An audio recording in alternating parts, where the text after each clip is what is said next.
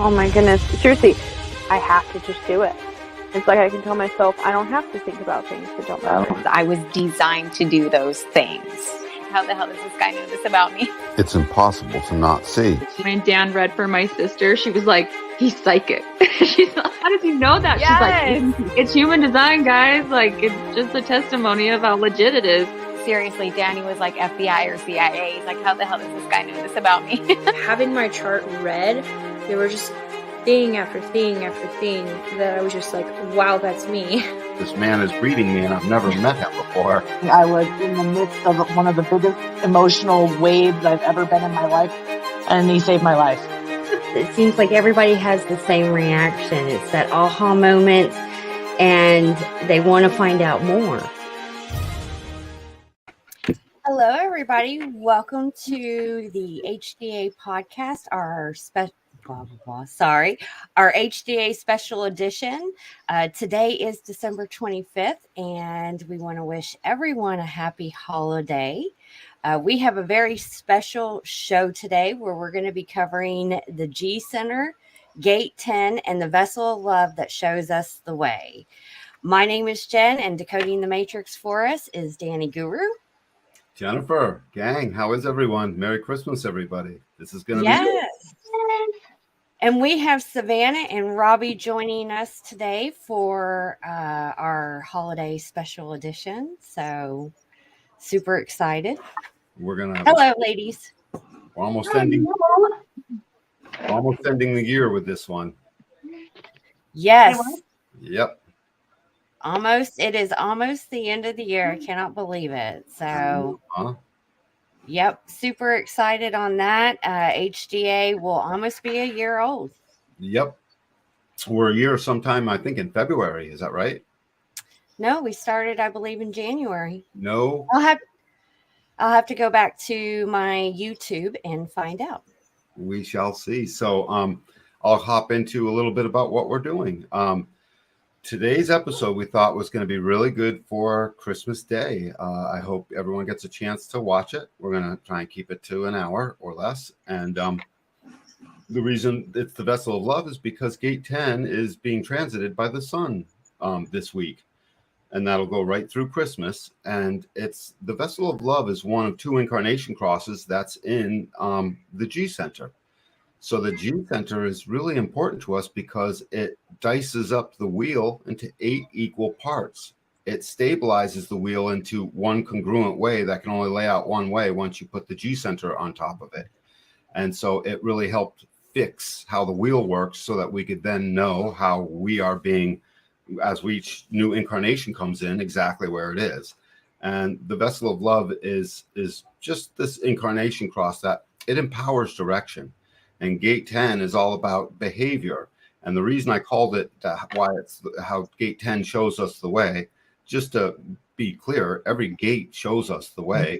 So today it's how Gate 10 shows us the way. It shows us the way as essentially it's almost like the lip of the vessel that pours out the behavior of each person. It's the gate of behavior. It's called treading. And the old I Ching called it treading, and they came up with coined a term. If you're going to tread on the tail of a tiger, beware. You better have the right behavior if you're going to do that. So Gate 10 is one of our role gates. It establishes the roles that you see inside of all of the profiles. So every time you see a 5-1 profile, a 6-3, a 1-3, me, I'm a 2-4. These are all taken from the keynotes of the lines of Gate 10. Of the behavior of the self. And Gate 10 is essentially the doorway into the love of the self. It is how we survive. We survive by loving ourselves so much that we wish to survive and then share that with the other. And the Vessel of Love Incarnation Cross is constantly sharing its way of inducing some form of love into the arena that helps drive a direction. Savannah, do you want to say something else about that? Because I know we talked a lot about this.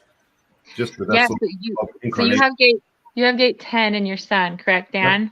Yep. Line 2, the Hermit. Yep. Yeah. Because I have Gate 3 3 times in my chart. And I like what it said in one of the books, how like in order to love, you have to love yourself first. to really like be able to love other people and help other people to love themselves. And so it almost seems like gate 10 kind of has some like defense mechanisms in it to help ensure that you're loving yourself and empowering yourself, which in turn will help empower and love other people. So I feel like that's like totally what you do with human design, right?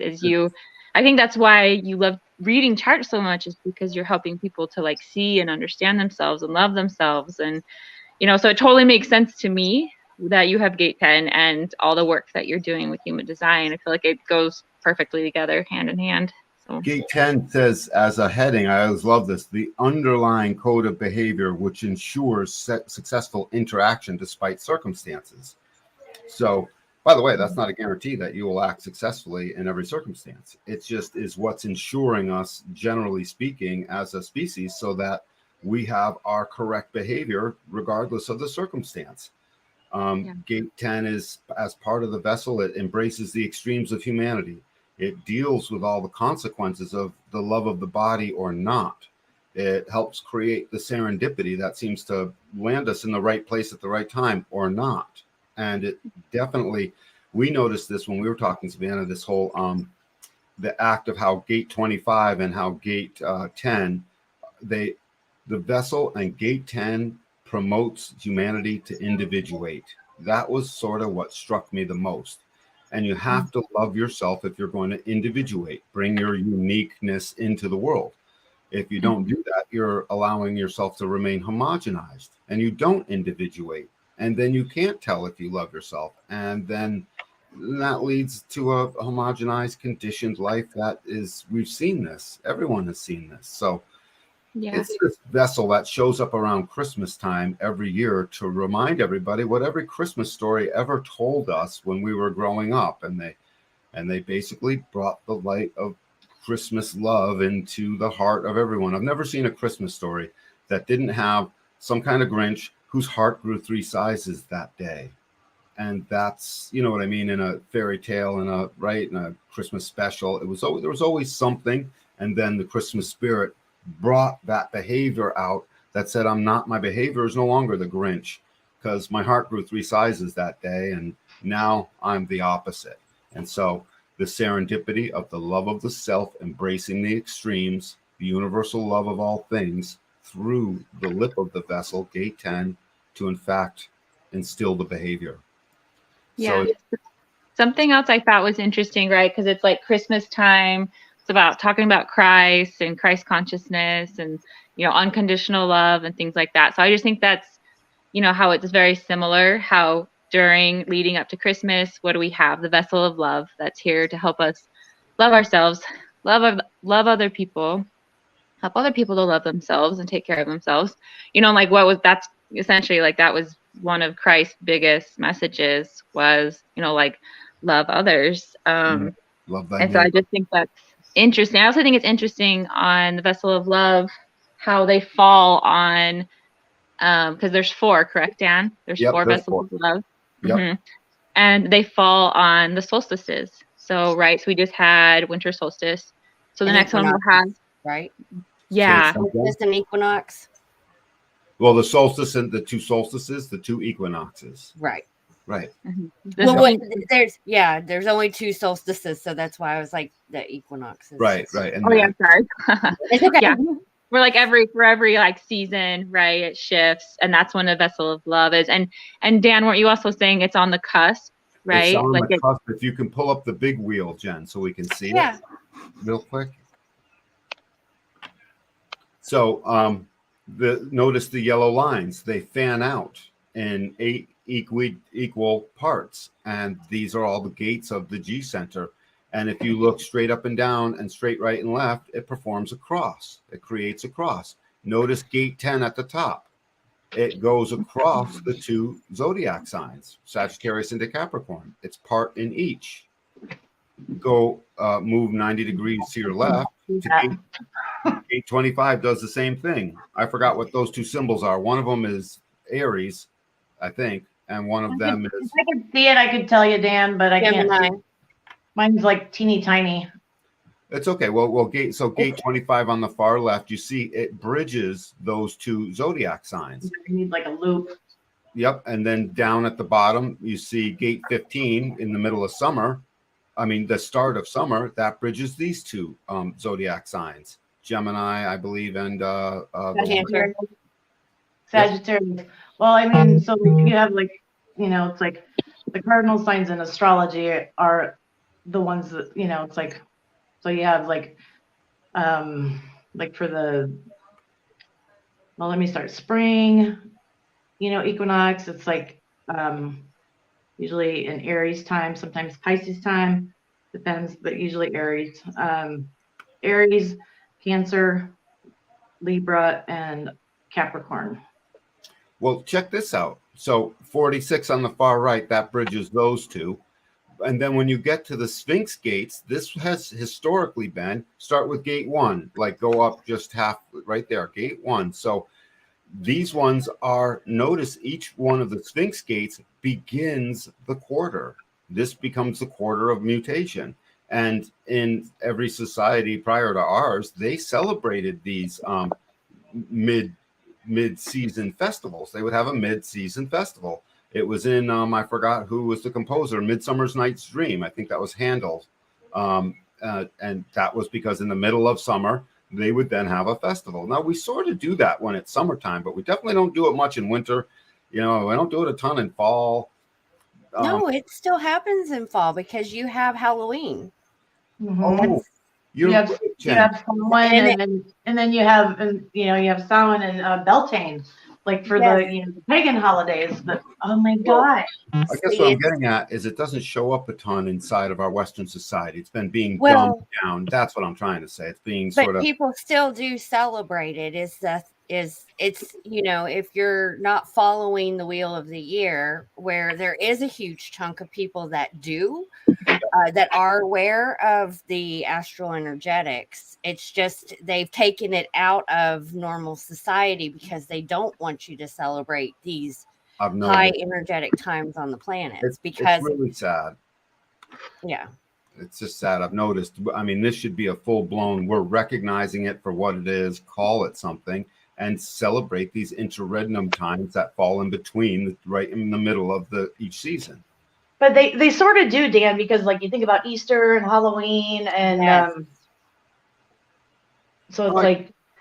I guess so. I would have to look at the dates. I just know that it doesn't seem like anyone makes a big deal of how the equinox and the solstices. We make a big deal. It's the beginning of spring. It's the beginning of summer. We actually label it what it is. I never hear anybody labeling. But they do have a holiday for every single one. You have Easter. You have Halloween. Summer is the midsummer, and I can't remember what the other considered like Beltane, like on May 1st. Yeah, that's pretty much that's the kickoff to summer, isn't it? Right. I mean, it's like, but that's it's like when you're looking at like old lore, it's like I would say Beltane or I mean that's about it. Beltane. I'm not sure. So if we move to the next slide, the one that has the wheel along with the vessel on the one, this one. So you can see the red gates create the vessel and the black gates in this picture create the Sphinx. The vessel of love, if you were to see the whole body graph, it's pointing down primarily at the sacral center. The vessel of love is pointing at 3 motors. Essentially, two powerful motors, the ego and the sacral. It technically touches the root through another gate, but whereas the Sphinx gates, one of them is energized and empowered by the sacral, gate number 2, but the ones above it are all about direction. So we can't look at this center like the home of the magnetic monopole, that which hooks us into our line of geometry and gives us our direction. And each time we run through an incarnation cross of the vessel, it starts empowering our direction. And then a few weeks, 8 weeks later, not even, we get into the Sphinx changes. And then that empowerment turns into a direction. And then it turns back to the empowerment. It's sort of like bobbing back and forth, picking up the empowerment, pushing a direction, picking up the empowerment, push a direction, and this becomes our identity. Our identity becomes my behavior, which I love because I love me, is part of the empowerment and pushes my love in a direction. Our identity is, we know our love is moving in the right direction. This is a huge part of that. Our cup feels full, our cup feels empty, our identity feels strong, our identity is shaken. And if you look at this, the Sphinx itself, gate 2, goes up to gate 7, 1, and 13. The future, the present, the past. The three, the ghost of Christmas past, the ghost of Christmas future, and the ghost of Christmas present. Well, it's interesting the number 3 too, because it's like the Trinity, Father, Son, Holy Ghost. It's like, and it's like also like the number 3, like, because after after we hit our winter solstice, what happens is it's like the sun doesn't really move for 3 days until so it's like you have those 3 days where it's like, because it took Jay 3 days to rise out of the cave, Yes. In ancient societies, Robbie, they pointed that movement of the sun where it stopped moving, that coincides with the same 3 days that it took for Christ to rise back up again. They sort of correlate. The death of the sun is how it's been put in many ways. The sun itself appears to the death of the sun. There's no way Jay was a freaking Capricorn. Yeah, no, I agree with you on that one, Robbie. And then on Christmas, the sun finally starts to move another degree back northward and higher into the sky, and from there it starts to move. But for those 3 days, the ancient societies couldn't tell it moved. They called it the death of the sun, and that whole notion of the death of the sun has traveled through all of the major religions and just through folklore and history, and then the resurrection of the sun. So Dan, during would the it be vessel. Go ahead, Samantha. Because isn't it, these are the only 2 incarnation crosses where all 4 of the gates that make up the incarnation cross are attached to one center. One center, and correct. The G center. So none of the other incarnation crosses are like these 2. So they're kind of unique in a way, right, Dan? Yeah. And then don't they kind of sew together? They kind of like bind and sew together the 4 different sections of the human design mandala. Yep. And so it's kind of like they play a specific role within regards to the whole chart. Is that correct? It's absolutely. And while this is all happening, the direction of humanity through the Christmas season, generally what we call the Christmas season, but you go back 10,000 years, they all had a name for this time of year. And so whatever the name was, always in this time of year, was an empowered direction, empowered by the ability to essentially individuate, the ability to love yourself and empower direction. Yeah. And then also, because like I know a lot of people if they aren't familiar with human design, they're like, what's a G center? Like, that's weird, right? Like, I know we're all familiar with like, oh, the heart chakra, like I feel like that's talked about a little bit more, but essentially when was it 16 something, sorry, I can't remember the year, when we turned into our 9, when we evolved into our 9-centered beings. So the heart center split the ego, and then it also split into the G center. So sometimes I think if you think of the G center, it's almost like the heart chakra, right? Has to do with like love. Isn't it like a voice? It's like, didn't he say that the voice said that it was located in the sternum, and that's where the crystals came in. But what's interesting, like if you studied it like any sort of like New Age philosophies, it's like that's like in the sternum is like where the silver cord connects to, which I find just fascinating, actually. It is fascinating, Robbie. Yeah, because it's where the magnetic monopole is, and that's what is like keeps us in space and time and makes sure we're running into the people we're supposed to, experiencing what we're supposed to, right? Dan, it has to do with it pulls us along this trajectory. And the monopole itself is science has been searching the monopole all this time, and they have a Christmas gift every year. They can give themselves a Christmas gift of finding the dang monopole. If they would dial into one of these broadcasts, they would start looking for it in the sternum of human beings, and they would suddenly find one sooner or later. A monopole is actually, in math and in science, is a magnetic pole that has only one pole, a monopole. It only attracts. That's all it does. It never repels. The monopole inside of our G center, it only attracts. And that's why it doesn't matter what our type is, what our aura is. We attract the other in order to commune. And this Christmas time is a time of communion, empowered by the vessel of love through the behavior and the ability to love one's own self, pushing a direction that encompasses the future, the past, and the present. This all takes place inside of the G center. If you go to the other slide, we'll look at a couple of the gates and just sort of what it says about them. This?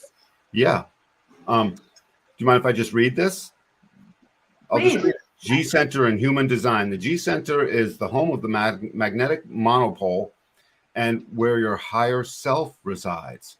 Right below the sternum, it's our human identity, and it's focused on our direction in life, the right place, people, and our sense of, do we love it or not? That's what our identity keeps giving us. The G center holds the 4 gates of the vessel of love, the incarnation cross of gates 10, 15, 46, and 25, which is responsible for empowering us all to find communion and move in a similar direction. That direction, here's the key, that direction is always towards more individual beauty, not less. This in turn empowers everything else to fall in line with that basic message. So we're always trying to make it prettier. That's part of this empowerment. And what is prettier? What is nicer? What is more beauty? More beauty is less war. More beauty is less ugly. More beauty is a nicer home. More beauty is all kinds of things. Is less litter on the side of the road. More respect of nature. That's more beauty, right? More organic farm would be more beauty, for instance. And that's where this is pushing us. Go ahead, Jen. Wouldn't the beauty depend on the individual? Absolutely. So add up all 7.8 billion of us, and we get a nice collage and a measure of what is that beauty really? Because it's all moved. That's the whole point about it, taking us in a similar direction. So the forces decided that we humans were good enough to be worth having our own individual perspective on all of that. And that when they all come together, they'll all be moving in a similar direction, like a flock of birds or a school of fish. And that's the beauty within us. And that's the message we all get when we come to Christmas time. Hey, we all matter. You know, God says. I remember also God said, you know. I would one thing I'd like to say on that, it shouldn't just be around Christmas. I think it should be all year. And I think that just being around Christmas is the program that they have installed. Damn straight. But it should be all around. And I think a lot of people who are connecting with their higher selves are in that realization that it is all year. It's just not once a year. It's like Thanksgiving, you know, right. Thanksgiving, you shouldn't just give thanks on one day. Oh, but Dan, isn't that kind of the job of the vessel of love individuals who have those 4 gates in their earth sun? That's kind of their job, correct? That's literally their job. Yeah, help us love people, not just during Christmas, but like they're supposed to be the embodiment of love, right? Love for themselves, love for others, love for the body, love for the spirit, right? So, because that's what the 4 loves are for, of the 4 different types of love that make up. So they kind of have some big shoes to fill, would you say, Dan? Like those they got some big shoes to fill. And so that's why the or not inside of human design always comes in. It can be the vessel of love or not. Depends where the person is in their process. So you guys have seen me mad at times. Everyone here has seen it, I assume. I've shared it with you deeply, Jennifer. You know, it's the vessel of love can also be at times a vessel of hate. Because these are the 2 polar opposites, and you can't have one with the other out the other. There is no light without some darkness to juxtapose it with. There is no, and this is our my mom is a vessel of love, but she kind of had like a harder childhood, and I feel like sometimes vessels of love can be a little bit more tender of individuals. Like sometimes it's like like gate 25 is sometimes like, how could you do that to me? You know, because Right. they just have this innocence. And so sometimes I feel like sometimes vessels of loves can have a harder time because they are just so, I mean, loving and giving. But if they get kind of treated poorly or abused or anything like that, sometimes it can make it go, like you're saying, vessel of love or not. It can be a vessel Well, of hate, a vessel of resentment, you know, hard-heartedness. And so right. Hard-heartedness. That's a good one, Savannah. It's true, because at the end of the day, this vessel that helps empower direction through its extremely motorized connections to the now, to the sacral, and to the awareness of the spleen. All of this is coming in to empower and move our direction.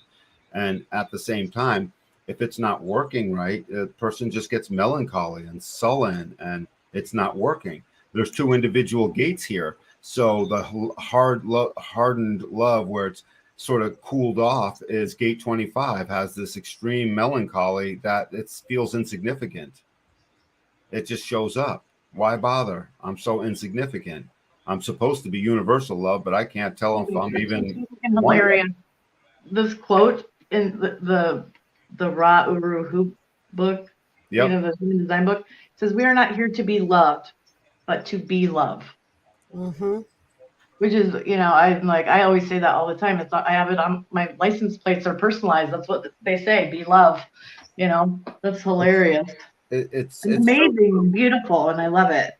Yeah, it's wicked true. And so when we hop on over, and so now here we are in these 9-centered forms with this beautiful G center and the monopole attracting love or not. I mean, it's always attracting. It's whether we pick it up or not. And here are these gates of the vessel itself. Gate 10, treading, the gate of behavior of the self, the love of being alive as your own self, as one's own self. It's a very simple. Alive. Yeah, well, think about that. That's important. Across the way, gate 25, the gate of innocence, the gate of the spirit of the self or of the true self, the gate of the higher self and of universal love. Turning others towards individuation. Gate 25 is the priest and the priestess. This is the landing pad for the warrior. This is the absorption field that accepts the shock and rides the shock with the warrior in order to create that channel of initiation, which begins at birth and has always been the warrior spirit. That warrior spirit is not for war. The best warriors never went to war except when they absolutely had to, for the love of their tribe, for the love of their way. And they always came back and honored the victims that got left behind. Dan, can you kind of talk? Hey, Dan, can you kind of talk about what is it meant by spirit? Does that mean kind of like the soul, or does that mean like what is? Well, because it's part of the monopole, and because it's part of what universally hooks us into the greater planetary movement as well as our interplanetary movement, it's the all. Gate 25 is literally, again, gate 25 and 51. These are the first two gates there at conception. They initiate. Yeah. And the big Well, bang. that gate 25 is connected to 51, which would make the shaman channel. The shaman channel. That's yes. So, Well, just speaking on that, because I have that is, for me, it would be connected to your higher self, your spirit, your soul, whatever is guiding you within life, because that's why I really loved when Ra talked about, the passenger and then the driver, which would be your higher self, because your higher self ultimately knows what its purpose here on this plane of existence. Absolutely. And the spirit of the higher self, Savannah, it's cool. It's not the hot love part that is in the rest of the body graph. There are love gates. There's 6 other love gates and versions of stuff. 55 would be one of them, for instance.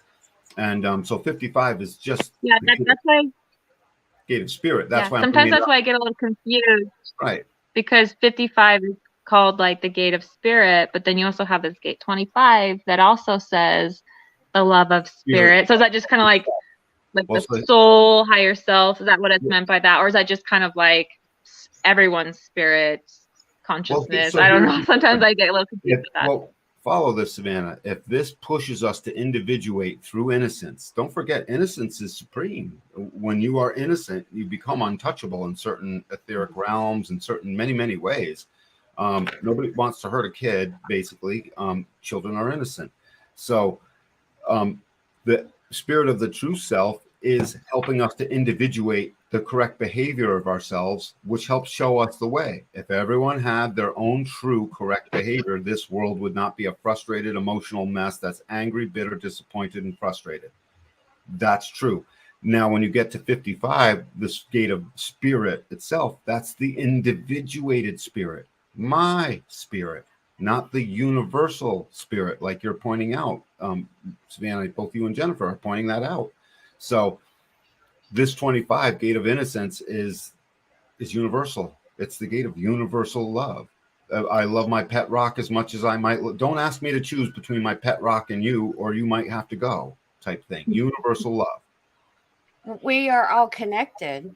Right. We're all one. So all of our spirits come from one source. We're just fragments of that. Yeah, and as we experience our life, as we experience our life on this plane, think about it. We then individuate, and we also start to recognize both. Recognize our own individual spirit as well. Right? Yeah, it's a thing, and we're supposed to, because it helps us. It still is a compass for us. We have to individuate, meaning become unique, while at the same time we have to commune with the other.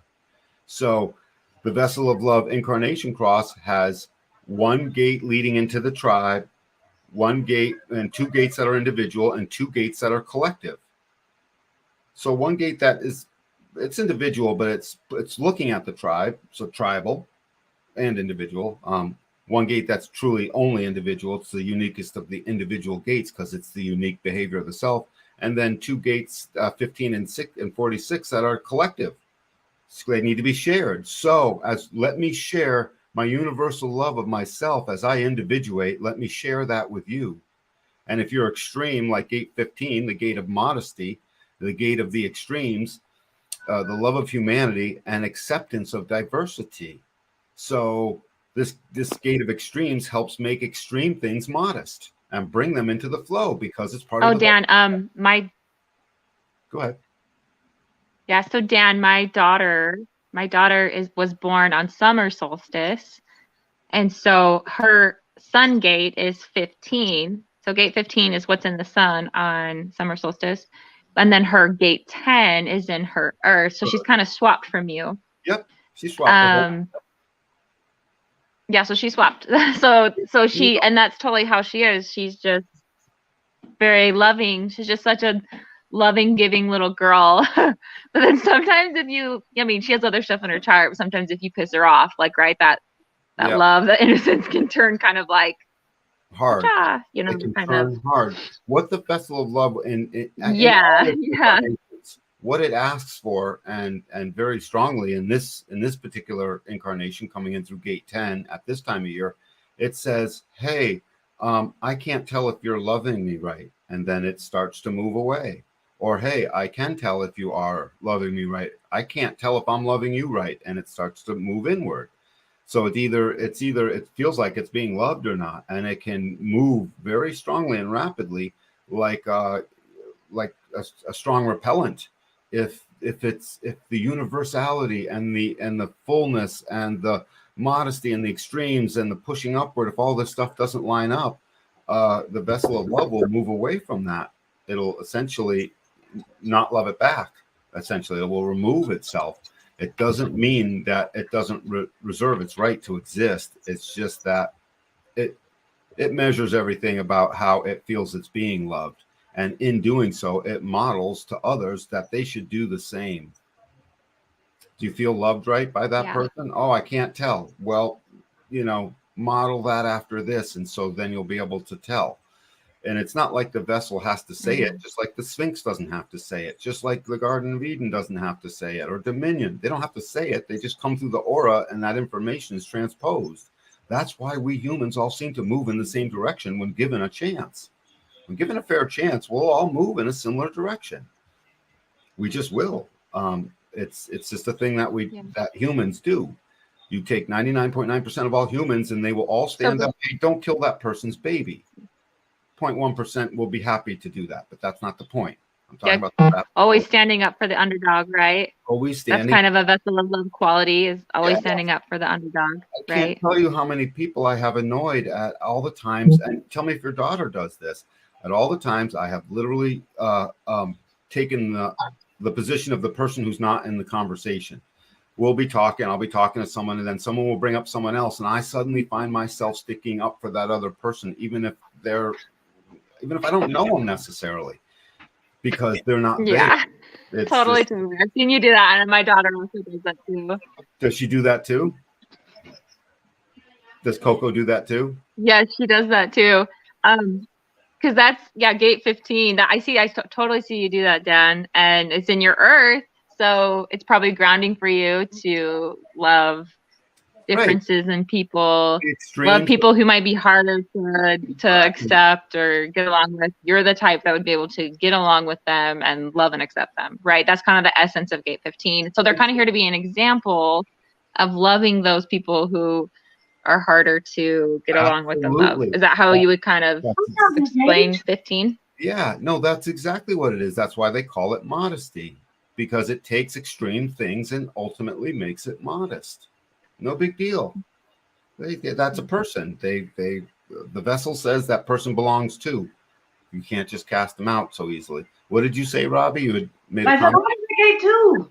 Oh, you have a gate 2. Robbie's always pushing the direction. She's got that whole channel. I have gate 15, gate 2, and I don't have the whole 29, 46 one, but Well, that gate 15. So, Robbie, you have always done well inside the extremes of humanity. Dude, exactly. Bikers, skinheads, punks. I mean, you name it. You name it. That's a gate 15 quality that'll lean in. Much to many people's surprise, gate 15 and the vessel itself will lean into the things that many people would think are stupid and or dangerous. But gate 15 is looking to go ahead. What were you going to say, Savannah? Oh, my husband has gate 15. My husband has gate 15 in his moon. And so it's his inner world, and kind of what drives him. And so he's just so very accepting of people who, like someone who has disabilities or someone who's handicapped, or someone's being excluded. He is just so consciously aware to welcome those people in and make them feel loved and accepted. And so he can't help that. Yeah. And so these 4 gates, 10, 15, 46, and 25, they're sprinkled throughout the world. They're in the people. I'd be surprised if it wasn't in 1 out of every 2 people had at least one of these gates, or 1 out of every 3 anyways.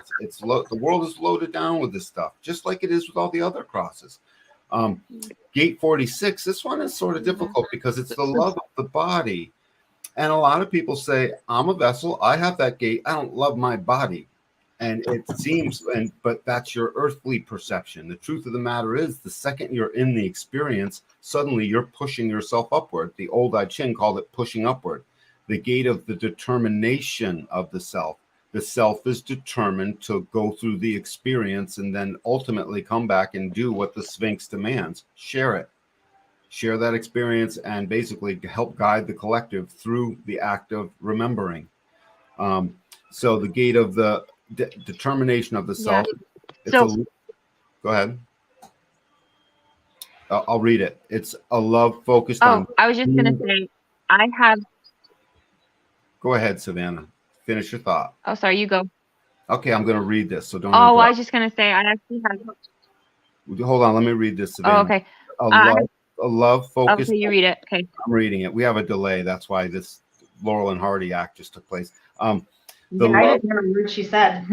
A love focused on being present in the experiential life, in the body, and always in the now. It's our love of being in form in a body. So every time you're in love with whatever it was you just did, that was the serendipity of your moment to live out that moment. And by the way, it was in your body.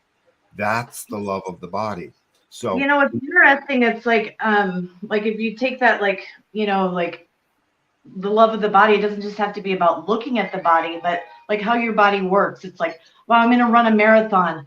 I love my body. I'm going to jump out of an airplane. I love my body. You know, it's like that sort of, you know what I'm saying? Yep. And it's in everything. I'm going to have this great conversation now. It's your body having the conversation. You're a passenger along for a ride. And then all the rest of the gates will come in. Yeah.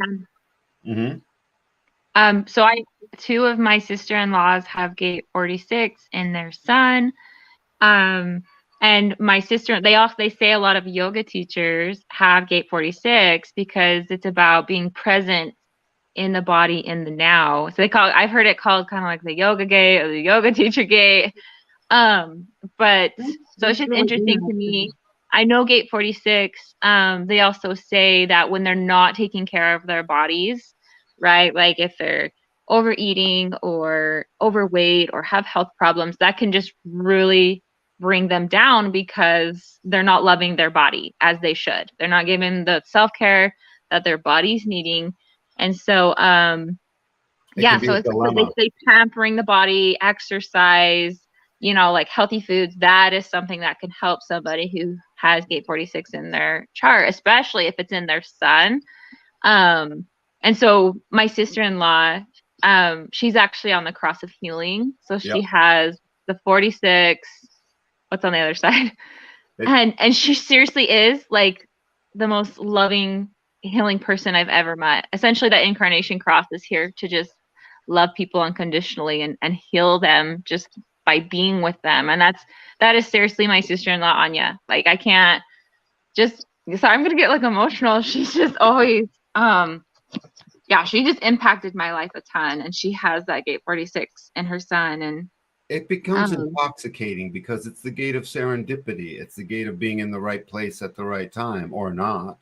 We always look at serendipity like it's something that's magical or, you know, your guardian angels were looking out for you. Serendipity has always been the result primarily of having done a bunch of stuff before that, a bunch of work that you didn't realize added up to the serendipity of the moment because you had already laid all the groundwork. Yeah. Your body Dan, you have gate 46. Like the gate of law of attraction. Yeah, that you know, that would show up in gate 46, and the whole vessel would show up in that law of attraction. If you go back, Dan. Yeah. So Dan, you have gate 46. That's in your design sun. Yep. So that's a huge part. And I know you've talked about all these serendipitous experiences that have happened in your life, right? This over and over. And it's a result of having the serendipity of being able to be myself, I guess. I don't know. My daughter has that gate 46. I think it's in her earth. It's in her earth. But she loves being pampered. She loves us to do her nails. She loves us to put makeup on her. She just loves to, whenever we pamper her body in any way, you can tell it just totally fills her cup. So. Yep. I just think immediately Taurus, Libra. Well, when we look at her gates, Robbie, we would find out she probably has gates that do that. So if we go back to the wheel one more time. Taurus is an earth sign, which is hilarious. Well, So just everyone take in this wheel and then we'll go back full screen. But as you take it in, realize all the astrology signs are there. And the gates that are in each astrology sign, all these gates, they make up the astrology sign. They become part of the flavors of what is that astrology sign. That means all the lines of each gate become part of the flavor of what is that astrology sign. And the last thing to point out is gate 10 is right at the top of the wheel. So look at this motion.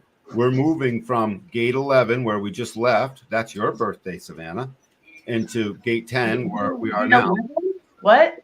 Say that again. I'm sorry. Gate 11, which is where we just left. That's Savannah's birthday is in there. My birthday's in gate 10. Like, where's her birthday? It doesn't matter. I need to move along, Robbie. No, just tell me her birthday so I can catch up. I'm 12/21. Oh, it's December 14th. It's December 14th. So I'm on the gate of ideas, gate 11, that's connected to the Ajna, is the gate that's in my sun. That's what I'm saying. But gate 11 leads into gate 10. Mm-hmm. So look at it, and then it moves to gate 58. It's telling a story. The story of the movement around this portion of the wheel always tells us a story, Jen. It's always telling us where humanity's actually going. This time of year, we got cast out of the garden. That's why the Cross of Eden is called. So it's what happens when we became onto the earth itself. So as we started to live as ourselves on the plane, we had to take care of ourselves. Then suddenly it moves into the vessel of love. So we had to love ourselves. And then it moves into gate 58. After we figured out how to take care of ourselves and we figured out how to love ourselves, suddenly gate 58, that's the cross of service. Bam, we're into the service of others, and gate 58's joyous fuel to challenge and correct patterns that aren't working, like hierarchical institutions, like certain things that they might have rolled out over the past 2 years, and blah, blah, blah. So that's the motion here, from Eden into the vessel, through healing, into gate 58, which then becomes the challenger. It's fueled by all of this empowered motion to move a direction to now challenge the challenge and correct patterns that don't make sense for the collective. The joyous, that's gate 58. We're moving into that. And so as we move into the new year, you'll see gate 38, 54, 61, and 60 show up, right? As we reach the beginning of gate 38 is the beginning of the New Year's resolution I've been making for the past 5 years. And it says, follow gate 38. What was worth the struggle? Looking backwards. And then when we move into gate 54, it's about being driven, the hunger to move up the ladder. So gate 54, what's in our future? What are we driving towards? And then for when gate 61 is in the sun in that moment for the next 6 days in that week, gate 61, what are the mysteries I seem to have solved? What are the mysteries ahead? And then are you talking about gate 60? Nope, gate 61. And then we're moving into gate 60. And when we get to gate 60, that's when we recognize to transcend our limitations and let it all go. So how was our past? What was worth fighting for? What are we going to fight for moving into the future? What did we come up with as the mystery to all of that? And what did it mean to us? Meaning, what's our knowing from all of that? And then 60 says, time to let it all go. And the gate of limitation demands transcendence and acceptance. So we accept it all. And then we move into what the Chinese New Year is, which is really what this wheel is largely based on. And gate 41 begins the Chinese New Year. So we move into the new year that way. It's one way of doing a really amazing New Year's Eve resolution. Instead of a New Year's Eve resolution, I'm going to blah, blah, blah.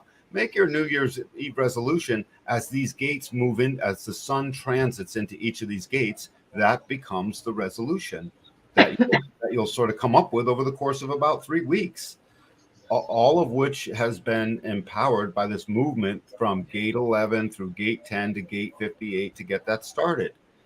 Out of Eden, into the vessel, into the service to humanity, and the correcting of patterns into the resolution that brings us to the new year. So can we go full screen? Unless you Absolutely. That's a lot. That is a lot. Did you talk about gate 2 at all? Nope. No, are we going to be going over the other parts of the Yeah. G Center next time? Yeah, we should probably. You want to do that? Yeah, let's do that. Let's go over the other parts because that'll be driving a direction into the new year. Yeah, I think we should, because on all the other centers that we are covering, we've covered all the gates within the centers. That you're exactly right, Jen. Let's do that. So, thank you, Jennifer. Let's do that. So it'll be the G Center, and it'll be. I'll come up with a title for it. I don't know who we're doing on for Wednesday night show. I'm not sure yet. Does anyone have any ideas who we want to do a body graph on? Savannah, anybody? There was someone I had in mind. Oh, have you seen Prince Harry and Meghan Markle? They have the new documentary out on Netflix, and I thought it'd be interesting to look at their charts because I heard they have a lot of chemistry gates, and they have a lot of like the defense circuit. I think they make both of that, so it kind of explains like why they left. And have you guys watched it yet? No. I thought it was really good. Yeah, I But probably I think it's fun to do their chart. That would be interesting, except they'd be on the semi-villain side of things. just so you know. I mean, Oh, Jen, my thoughts were breaking out of the monarchy. They're kind of might they be challenging right it now? and broke away from it. Isn't that kind of a good thing? Right? That would be a good thing, unless they're just doing their own thing. I don't know, Savannah. I have trust issues. No, I don't know. I saw recently they did a news article where they didn't want people in their lives, but yet they released a documentary. So it's kind of like back and The forth. documentary is actually pretty good. It's very well done. But it'd be interesting to dive into what their designs are. Since we did the Queen. It would be wicked interesting. And forgive my jaded view of things. Ever since I've learned about what royalty has been like on this planet and how it's hoarded all the land and kept us all feudal serfs, I'm jaded. So that's not your fault. I thought it was interesting because in the documentary they pretty much like went on one dinner date and it just like they said it just clicked and there's all this chemistry. So part of me I was like curious and like I wonder what all their chemistry channels are and if they're like in resonance. And so that's let's find them. Yeah, let's look up their charts and see. Like, it would be interesting, like if you were gonna like, yeah, I know that it's like, but like do like, you know, because I really just get a strong connection between King Edward and Wallace Simpson and those two. I don't know, like if it's like they're part of the same soul group or if it's like, but if there's just something that like, I don't know, it's symbiotic or like, you know, they have similar paths and it's like, what is it, like, what aren't they learning, you know, over there? What aren't you learning, people? It's like, love happens where love happens, you know? It does. It's independent of our will, that's for sure. So I also think it'd be interesting to look at like Taylor Swift and her boyfriend, or even just Taylor Swift in general. I think it'd be fun to look at her chart and her kind of like find couples who say they've had chemistry and they've been together for a long time and kind of look at their charts and maybe see why that is, you know? We should do that around Valentine's Day. Oh, that's actually a good idea too. Yep. We'll pick the most wait, sorry, I didn't catch that. Sorry, what did you say? Valentine's Day. We should okay. Valentine's Day, which would be really cool. But to wrap up this show, we will get to the Sphinx next time. And I think we've covered a lot of how this vessel helps empower the way of universal love, the love of people, the love of the self, the love of the body, and it's universal. One of 11 love gates are these 4 gates of the vessel. And next week we'll do the Sphinx. And leave your comments and questions below. Book a session. You're crazy if you don't book a session, so hurry. I'll get through everything. You should see what people say. We're going to put together testimonials. Little Danny Guru. Hurry, quick! If you want to live a good life, give it a call. And couples, if you won't regret it.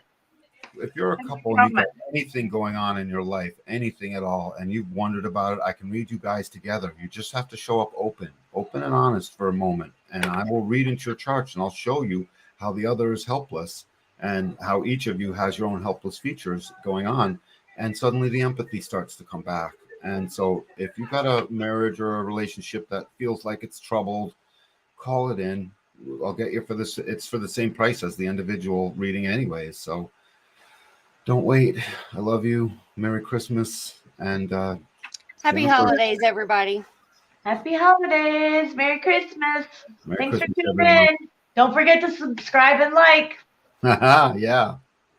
Thank you for everybody who tuned in. We will see you guys on Wednesday.